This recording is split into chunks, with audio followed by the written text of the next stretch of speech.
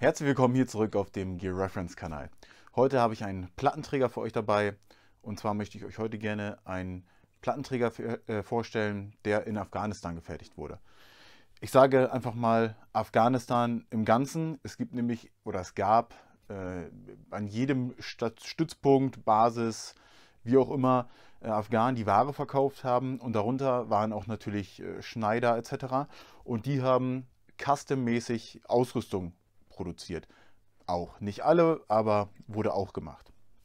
Und zwar ist so der berühmteste Name, den man da kennt, Dawood Shams von Black Ops Corporation mit dem Sitz in Kandahar.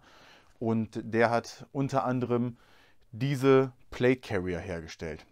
In anderen Basen, also manchmal sind Label drin, zum Beispiel bei Dawood Shams war es so, der hat Label vernäht. Viele andere haben es nicht gemacht. Deswegen der hier ist ohne Label und ein anderer, den ich hier habe, gleich zeigen werde, ebenfalls. Und zwar war gerade zu Beginn des Krieges, der ein oder andere weiß es, die Taliban haben gekämpft in Sportschuhen, leichten Gewändern, das Chicom Chestrick drüber und ihrer Bewaffnung und sind damit in den Bergen herumgelaufen. Währenddessen die Amerikaner, gerade die Infanterie, mit den schweren IOTV-Westen unterwegs war, deutlich unbeweglicher. Das haben die Afghanen zu ihrem Vorteil oder die Taliban zu ihrem Vorteil genutzt. Und so war gerade zu Beginn des Krieges dann die Idee der Leute vor Ort, wir lassen uns dort einen reinen Plattenträger schneidern, wo nur die Platte reinpasst. Klar, damals gerade bei der IOTV oder bei anderen Westen waren die Schutzeinlagen viel größer und auch nur die Platte erfüllt oder hat halt nicht dieses Schutzlevel, was man zusammen mit der Kevlar-Einlage, also mit der Soft Armor dahinter hat, aber besser als nichts und man ist deutlich beweglicher. Die Arme sind frei und wir haben die Frontplatte vorne, um uns zu schützen.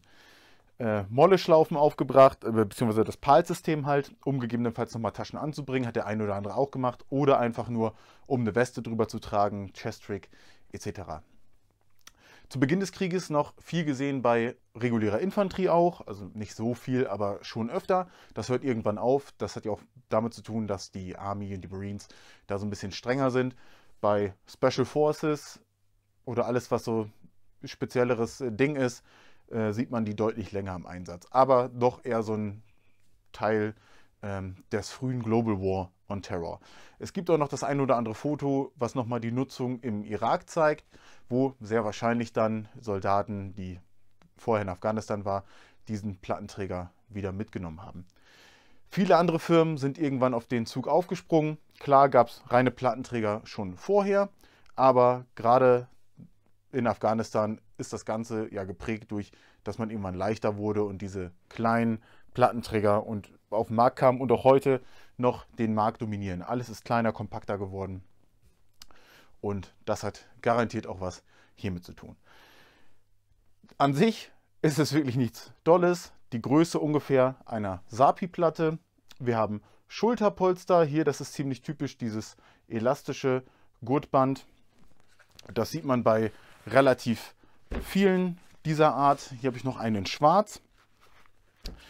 Die gibt es aber in jeglicher Farbkombination. Also wie hier auch zum Beispiel mit dem schwarzen Einfassband und dem Tarn. Hier mal in ganz schwarz, gibt es auch in Oliv. Dann hat es wieder olives Einfassband oder das. Also die haben halt immer das benutzt, was gerade an Stoff irgendwie zur Verfügung stand. Mal auch irgendwie ein Tarnmaterial. Aber das Webbing an sich haben sie natürlich nicht in dem Tarn gehabt, deswegen ist es wieder eine andere Farbe. Das ist gerade das Spannende, was ich so finde bei diesen ganzen Plattenträgern. Die sind super simpel, aber gerade in Sammlerkreisen mega vielfältig, was die Ausführung halt einfach angeht. Ne? Ich zeige euch mal hier an dem Modell. Wir haben einfach ein Gurtband mit Klett. Hier vorne wird das Ganze geöffnet und die Platte wird eingeschoben. Das ist identisch mit der Rückseite. Bei vielen haben wir vorne noch eine Klettfläche. Hier, der hat auf dem Rücken keine. Der hier hat wieder eine. Und im Inneren auch einfach komplett simpel gehalten. Einfach nur ein bisschen Stoff drüber. Hier jetzt irgendwie so auch wieder ein ja, relativ günstiges Cordura-Material, sehr wahrscheinlich. Und die Webbing Straps sind aus einem richtig dicken Material, was man so im deutschen Bereich so kennt von ja, ich würde schon sagen, wie so ein Tragegurt von so einem Seesack oder sowas. Ne? Also das ist ordentlich dickes Material. Ja. Und je nachdem, wo man gerade sich befand, haben die einzelnen Schneider dann natürlich explizit für die Briten und deren Platten diese Westen genäht oder für die Deutschen im Raum Kundus, aber da kommen wir in einem anderen Video mal zu, um das Ganze an die BW-Platten anzupassen, weil das ja alles nicht so kompatibel war. Ansonsten haben die quasi alles hergestellt, was das Soldatenherz begehrt hat. Von Holster, Chestrix, Kampfmittelwesten, richtige komplette Schutzwesten. Die haben quasi alles je nach Kundenwunsch gemacht und haben sich da dann einen kleinen eigenen Markt aufgebaut, um ein bisschen Geld dazu zu verdienen. Das ist nichts Neues, dass Ausrüstung im Land, also in Country, sagt man da ganz viel im Sammlerkreis zu, hergestellt wurde. Das ist quasi schon fast immer gemacht worden oder dass Ausrüstung dort modifiziert wurde. Aber sowas finde ich immer besonders spannend, wenn das halt aus diesen Regionen kommt.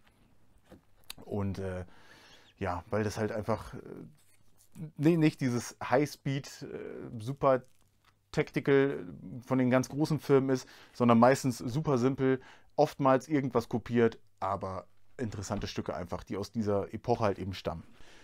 Ja, das war es dann heute auch schon mit dieser kurzen, kleinen, knackigen Folge. Wollte ich euch mal gezeigt haben. Habe ich nämlich schon im einen oder anderen Ausrüstungsvideo als Schutzweste drunter an der Puppe gehabt. Und deswegen, um euch mal zu zeigen, was das denn eigentlich ist. Dann bedanke ich mich wieder mal fürs Zusehen. Seid gerne beim nächsten Mal wieder mit dabei. Abonniert gerne, lasst einen Kommentar da. Und dann sehen wir uns beim nächsten Mal. Ciao.